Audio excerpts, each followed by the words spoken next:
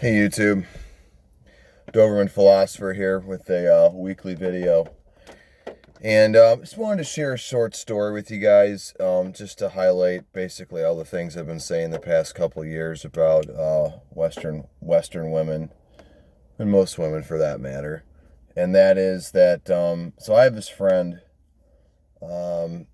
and he's has this arrangement with this woman, this girl that basically she's his personal assistant and fuck buddy, for the lack of a better word.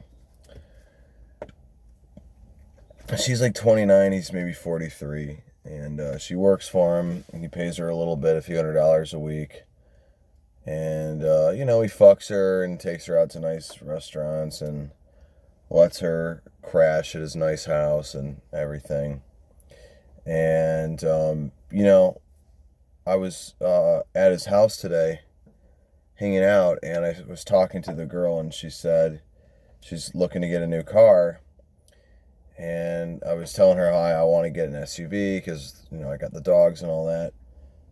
And she says, oh, yeah, I want to get a Range Rover.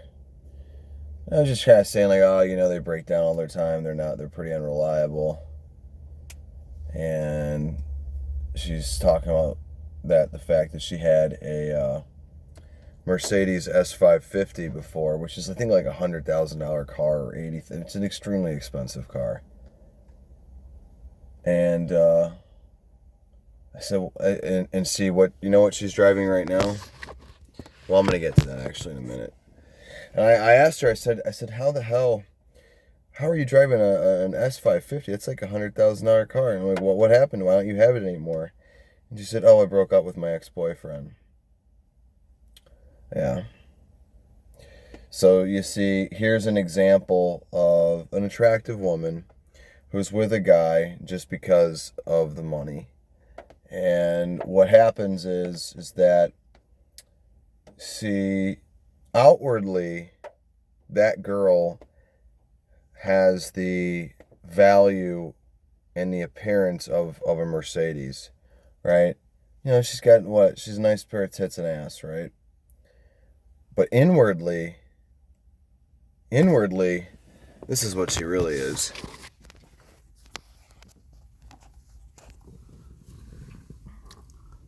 A Dodge Avenger. That's who she really is. That's not a Mercedes.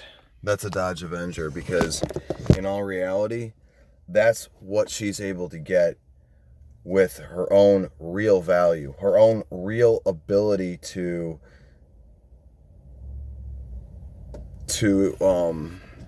produce any real value besides having a nice pair of tits and ass, is the Dodge Avenger. And, I wanted you guys to understand that because, not that I'm saying that I don't believe at all that a person's car is indicative of their self-worth. No, that's not at all what I'm saying. What I'm saying is that this girl is clearly only with my friend because they have some sort of a transactional arrangement where she's able to be pampered and paid a little bit and stay at this nice, beautiful house, get taken to fancy restaurants and business trips. But in reality, her intrinsic value inside, her value inside is the Dodge Avenger. So therefore, without her looks, she would never have ever had that Mercedes S550. Without her looks, she would never be anything but nothing, because she has no real value. She has no real skills, no real intellect, no real intellectual prowess, she's never really done anything. But, parlayed her looks into driving nice cars and living a posh lifestyle, living in some palatial house or something. So, you see, this is why these women go for men with money, because they, on their own, they're weak, they're pathetic, they're incapable of getting the life they want without commandeering it really from a man. And this is why feminism is ridiculous, because feminism is saying that women, don't okay, that women have it so hard and that women need all these special privileges. And that's what third wave feminism is saying. Because let's take it, let's just flip the script. What if I'm a good-looking guy, I'm not gonna be able to parlay my looks into, driving in a Mercedes S550 with some rich older woman, right? That's probably never gonna happen. Or the probability that would happen would be a lot less than if I was a hot girl with an older man, right? So see, a man is forced to, there's a saying in The Godfather, and the saying says that women and children can be careless, but men cannot afford to be. Okay? And that's a very true statement. Okay? Men cannot afford to be careless because men don't have the ability to acquire resources just because they're men. They're good-looking men. Only women can do that. And so women really don't need to be smart. Women don't really need to be intelligent, because they always have the ability to get resources from a man if they have a nice pair of tits and ass. And that's why you see that most feminists are ugly. They cannot get that because they're fat, they're ugly, and they're gross, and most of them look like a bunch of bull dykes. Well, and because of the fact that they cannot acquire these resources without getting jobs and getting, that's really the reason. The reason is they want these material goods, they want this stability, this security, but they're angry that they have to go out and get a job. They're angry that they have to go out and work for it, because they can't just get it by looking good, by wearing, a short skirt and whatever the fuck, high heels. They actually have to go out and get it. So see, this is why women want equal rights. It's not that, most of the women that want equal rights are women that can't get it that can't get it this way. So, meanwhile, the other side of the spectrum, though, is that a good-looking woman who has real skills and can get a job is more likely to succeed and be given opportunities. So see, for a man has to earn everything that he has on his own merit, right? He can't have a woman help him.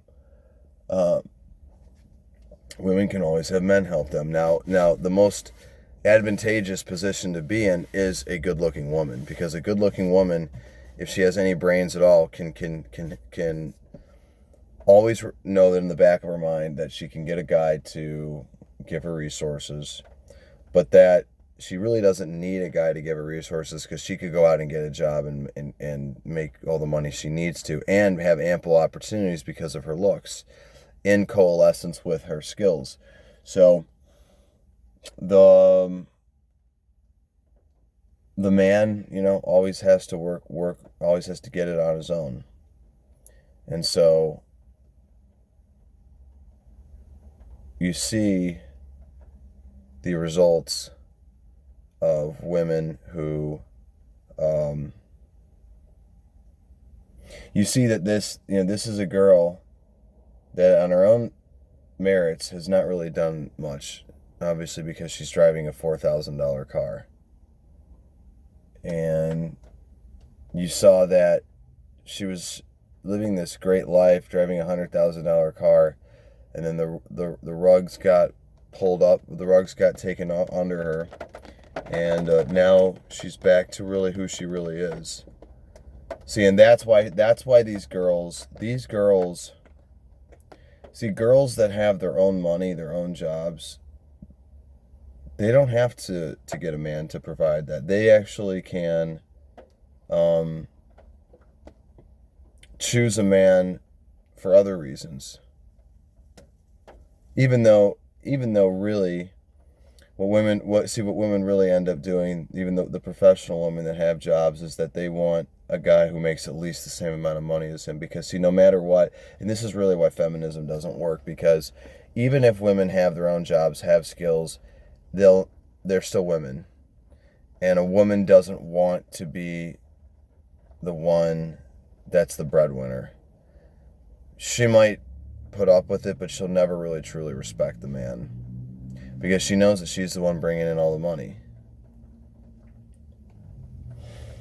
So whether a woman is independent, makes a lot of money, or doesn't, they always want a man who makes money. Because let's just say this girl was making $200,000 on her own, and my friend was only making $100,000, which is still not a bad amount of money. She would not want him because she's making more money, and she might fuck him a few times, but she's not really going to fully respect him. So you see, feminism really is anti-male, because if it doesn't really help them in the dating game. It does help them in the dating game, but it's not really about fairness, because see, a good-looking woman who makes $200,000 a year and a guy who makes $200,000 a year, if they're both making the same amount of money, the woman always knows in the back of her mind, if she loses her job, she can just go get some guy to pay for all her shit. The guy can't. The guy's fucked if he gets fired. The guy will get evicted from his apartment, his car will get repoed, and his credit will eventually get fucked up and he'll be screwed. Whereas a woman always has the security to know that she can always have a man provide for her. So see, you have two things going on here. You have that, but then you have all the opportunities that women have to gain employment, all the quotas, all of the the societal pressure to make the workforce more diverse, which includes women and other minorities. So you see, they have the advantage, and they especially have the advantage when they do get those jobs, because now, see, you'd think, and I almost caught myself thinking this way, but I hope you guys saw that I caught myself. So you almost think that like a woman who makes a lot of money wouldn't have to then choose a man for security, but what she'll do is, if she's pretty enough to get a high status male, what she will end up doing is she might fuck guys because they're hot or whatever that don't make that much money, but she won't get with them. Even though she doesn't need it, she's still a woman, and she will still want a high status guy who makes more money than her. I'm out. Have a good one.